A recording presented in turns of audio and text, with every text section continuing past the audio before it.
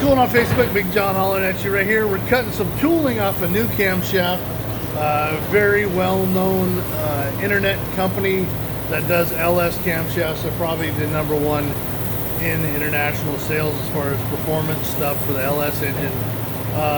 And the camshaft lobe profile is a mathematical equation, so it can't be protected by any sort of copyrights or anything like that. What we're going to do is we're going to cut tooling off of this camshaft. Right here is actually one of their camshafts, and it had improper spring pressure. It caused the lifters to travel around and beat up the camshaft. You see the damage on the cam lobes there. So what we're doing is we're tracking this lobe here, and then we're cutting these tooling plates here. And basically it's just a giant key cutter.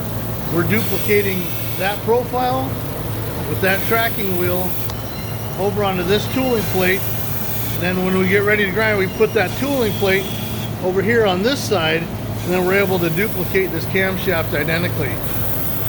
So hopefully, I sent an email to these guys. Hopefully they reply and want to do business with us as far as being their authorized repair facility. And if not, then I'll just offer these services to everyone online and make $1 million drink beer in Mexico.